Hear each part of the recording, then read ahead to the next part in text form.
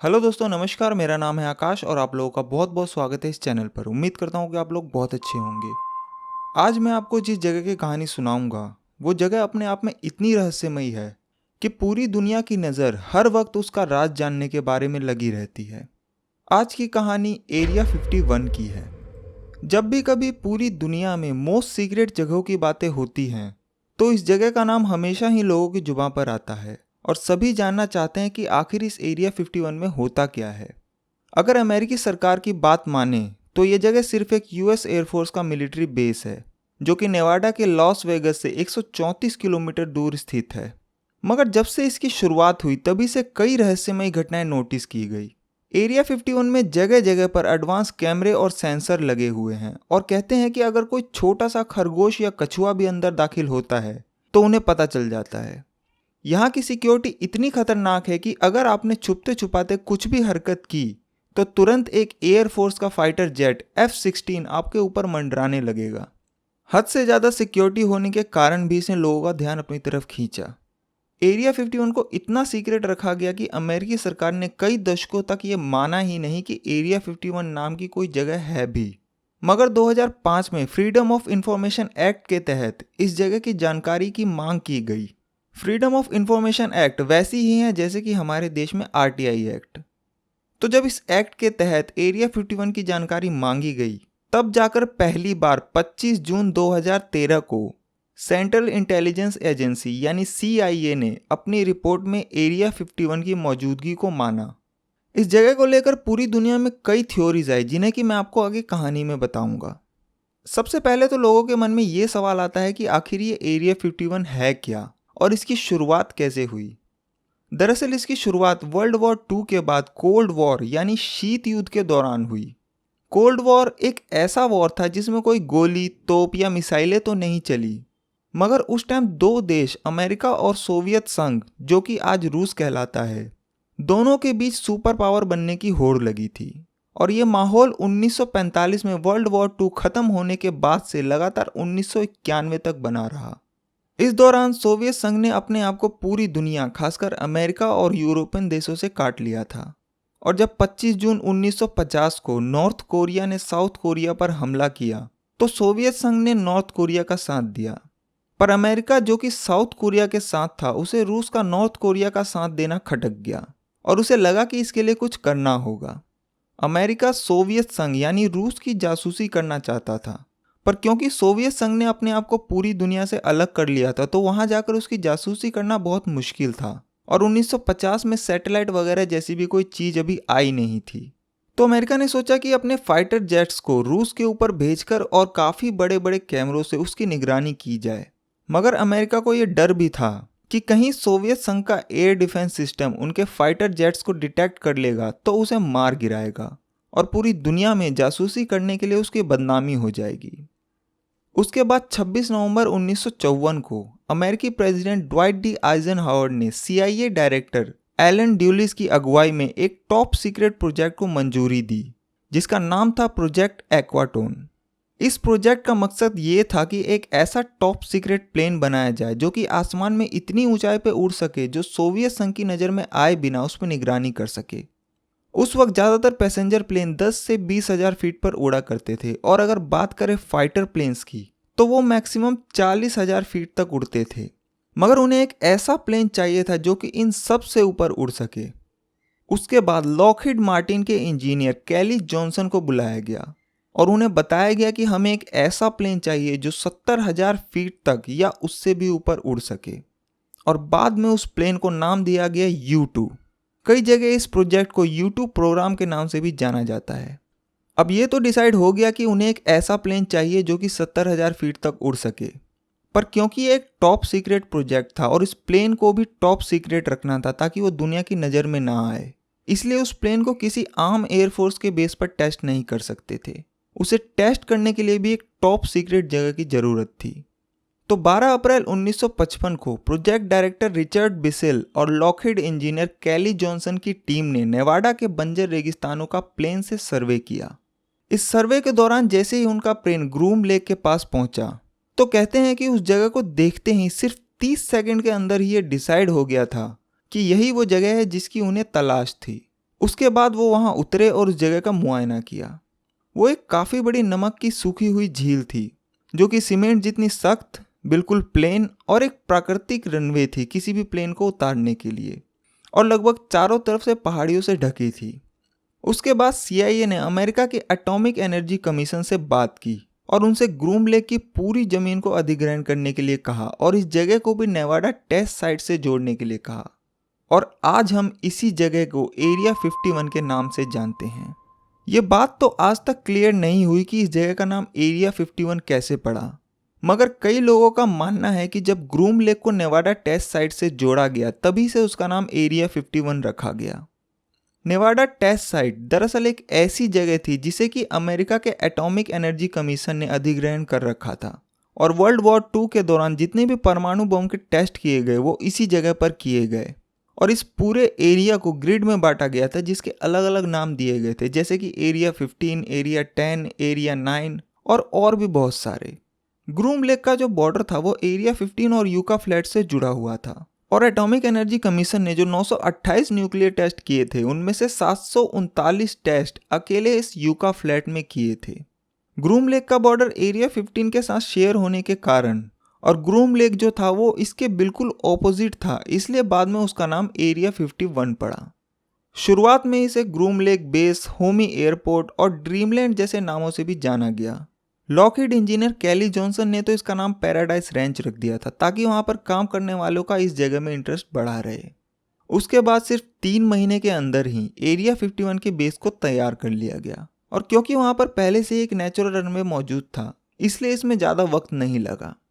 24 जुलाई 1955 को Lockheed skunk work factory California से पहला U-2 plane C-124 globe master 2 के एक कार्गो प्लेन के जरिए एरिया 51 में लाया गया, और उसके बाद उसकी टेस्टिंग की गई, और कुछ सफल टेस्टिंग के बाद उसे जासूसी के लिए सोवियत संघ के ऊपर भेजा गया।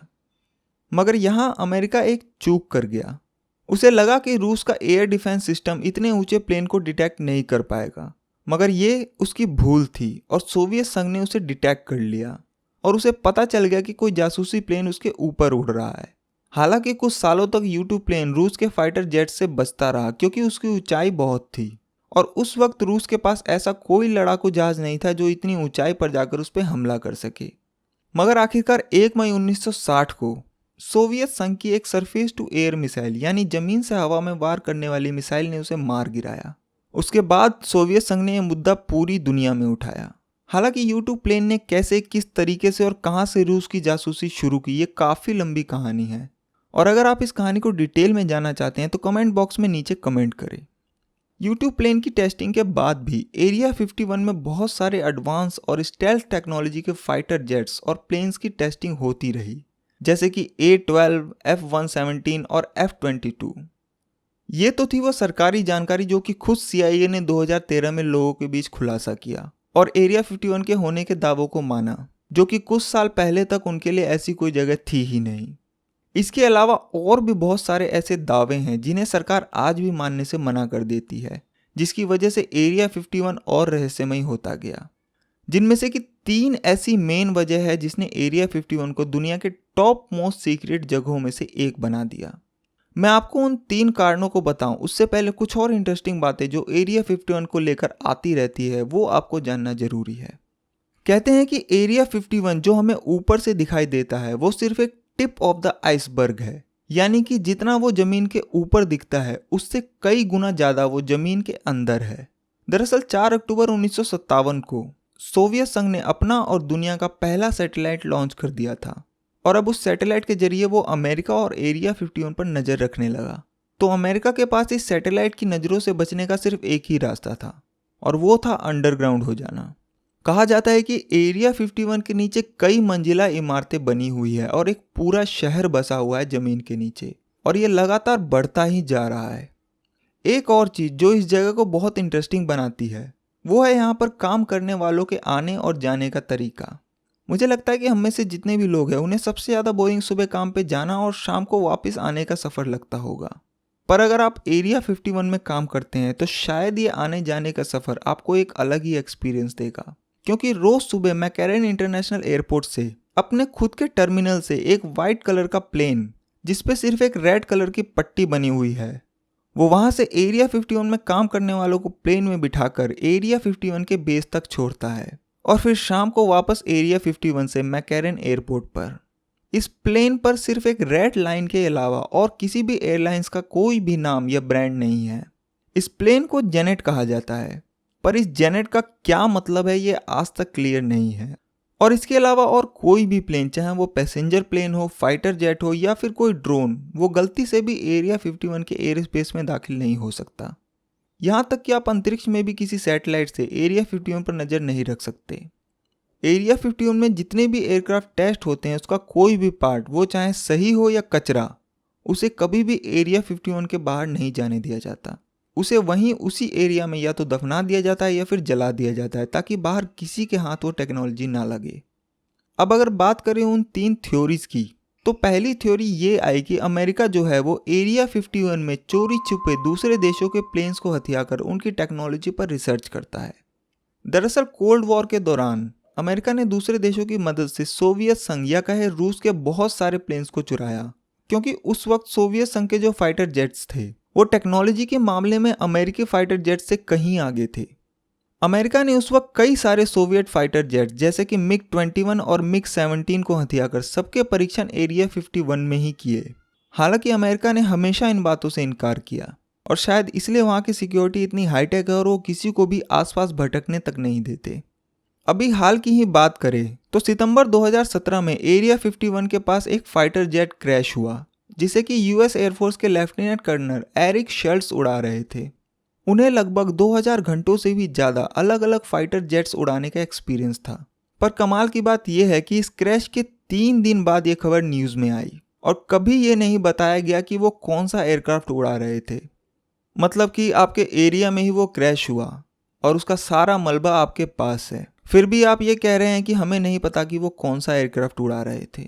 तो ये बात हजम नहीं होती और इन्हीं सब बातों से शक और बढ़ जाता है।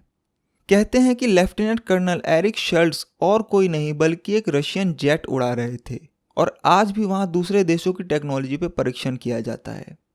उसके बाद दूसरी थ्योरी ये आई कि अमेरिका ने चांद पर कभी किसी इंसान को उतारा ही नहीं और हम कभी चांद पर गए ही नहीं।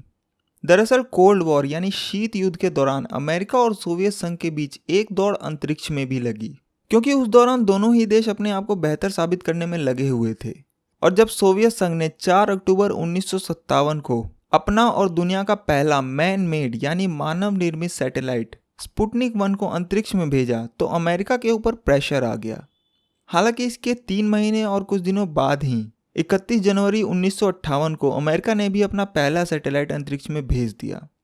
मगर सोवियत संघ ने उसके बाद पहला जिंदा प्राणी, एक डॉग जिसका नाम लाइका था, उसे अंतरिक्ष में भेजा। फिर पहला इंसान यूरी गैगरिन, फिर पहली महिला वैलेंटीना ट्रेस्कोवा को भी भेजा और फिर दुनिया में पहली बार स्पेस वॉक भी किया। और उसके बाद एक साथ पहली बार 3 लोगों को भी सबसे पहले अंतरिक्ष में भेजा, जिससे पूरी दुनिया में साबित हो गया कि सोवियत संघ अंतरिक्ष में अमेरिका के मुकाबले कहीं आगे है और इस वजह से अमेरिका के ऊपर प्रेशर और बढ़ गया। उसके बाद सितंबर 1962 को उस वक्त के अमेरिकी राष्ट्रपति जॉन एफ कैनेडी ने पब्लिक के सामने अनाउंसमेंट कर दिया कि इस दशक के अंत तक अमेरिका चांद पर जाने वाला पहला देश बनेगा। We choose to go to the moon in this decade and do the other things, not because they are easy, but because they are hard. उसके बाद 20 जुलाई 1969 को अमेरिका का अपोलो 11 दुनिया का पहला ऐसा स्पेसक्राफ्ट बना जिसने चांद की सतह पर लैंड किया और नील आर्मस्ट्रॉन्ग पहले ऐसे इंसान बने जिसने चांद पर कदम रखा। उसके बाद अमेरिका ने 1969 से 1972 तक 3 साल में ही एक के बाद एक लगातार 6 सक्सेसफुल मिशन चांद पर भेजे और सभी कामयाब हुए। मगर उसके बाद आज तक कोई दूसरा इंसान चांद पर नहीं भेजा और यहाँ तक कि किसी दूसरे देश ने भी कभी ऐसा नहीं किया।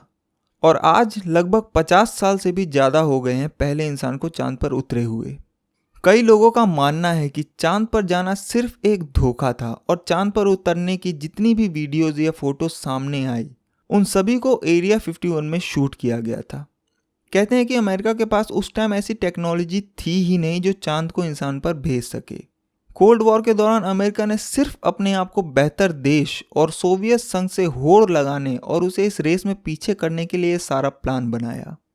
और इस प्लान को अंजाम देने के लिए अपने सबसे खुफिया जगह एरिया 51 को चुना, जहां एक स्टूडियो में पूरी मून लैंडिंग की शूटिंग की गई। और शायद इसलिए भी अमेरिका किसी को भी एरिया 51 में घुसने तक नहीं देता। यहाँ तक कि कई हॉलीवुड मूवीज में भी मून लैंडिंग का मजाक उड़ाया गया है। अब तीसरी और सबसे अहम थ्योरी जो आई वो हमारी दुनिया से नहीं जुड़ी, बल्कि उसके तार किसी दूसरी दुनिया और परग्रहियों यानी एलियंस से जुड़े हैं। और लोगों के बीच सबसे पॉपुलर थ्योरी यही है जिसने पूरी दुनिया का ध्यान एरिया 51 की तरफ खींचा। इसकी शुरुआत होती है 1947 में रोजवेल क्रैश से, जो कि न्यू मैक्सिको में पड़ता है। विलियम ब्रेजल नाम का एक किसान जो कि रोजवेल में जेबी फॉस्टर नाम के एक खेत में काम करता था, 14 जून 1947 को उसने देखा कि आसमान से कोई गोल सी चीज बहुत तेजी से जमीन की तरफ बढ़ रही है, और जहां वो काम कर रहा था उससे लगभग 50 किलोमीटर दूर वो गोल सी चीज जमीन से आकर टकराती है। उसके बाद वो किसान उस जगह पर जाता है जहां वो क्रैश हुआ था। उसे कुछ समझ नहीं आता कि आखिर ये चीज क्या है, और वो थोड़ी देर बाद ही वहां से वापस लौट आता है। उसके कुछ हफ्तों बाद 4 जुलाई 1947 को विलियम ब्रेजल अपनी बीवी, अपने बेटे और अपनी बेटी के साथ फिर से उस जगह पर जाता है और वहां से थोड़ा बहुत कुछ सामान इकट्ठा करके अपने घर ले आता है। वो जो सामान वहां से लाया था उसे देखने के बाद उसे यकीन हो जाता है कि ये चीज हमारी दुनिया की नहीं है, और जो गोल सी चीज क्रैश हुई थी वो और कुछ नहीं बल्कि एक यूएफओ अनआइडेंटिफाइड फ्लाइंग ऑब्जेक्ट यानी कि एक उड़न तश्तरी थी।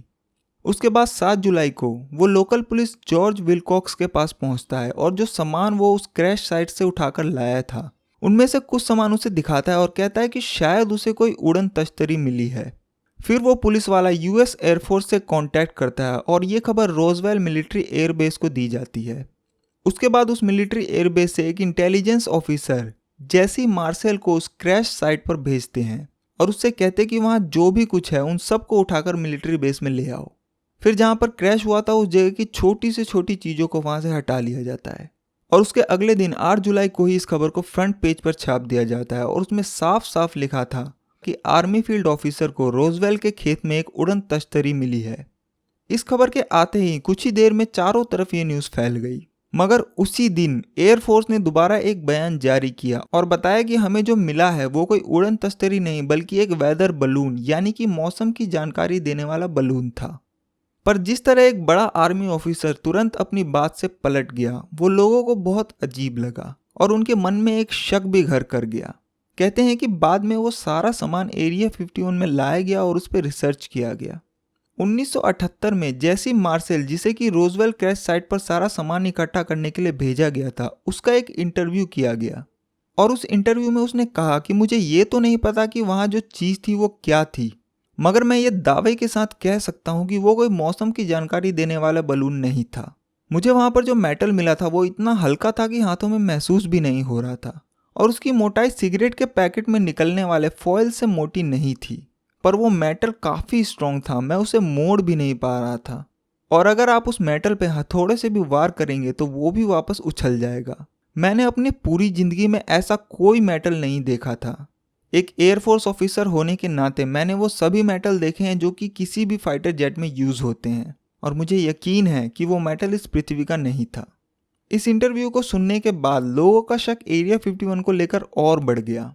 ये भी कहा जाता है कि आज जहां एरिया 51 है उस जगह पर एक एलियन स्पेसक्राफ्ट क्रैश हुआ था जिसमें कि एलियंस भी थे और इसलिए उस पूरी जगह को एक मिलिट्री बेस में बदल दिया गया और चारों तरफ हाई सिक्योरिटी लगा दी गई और आज भी एरिया 51 में एलियंस यानी परग्रहियों पर रिसर्च होता है।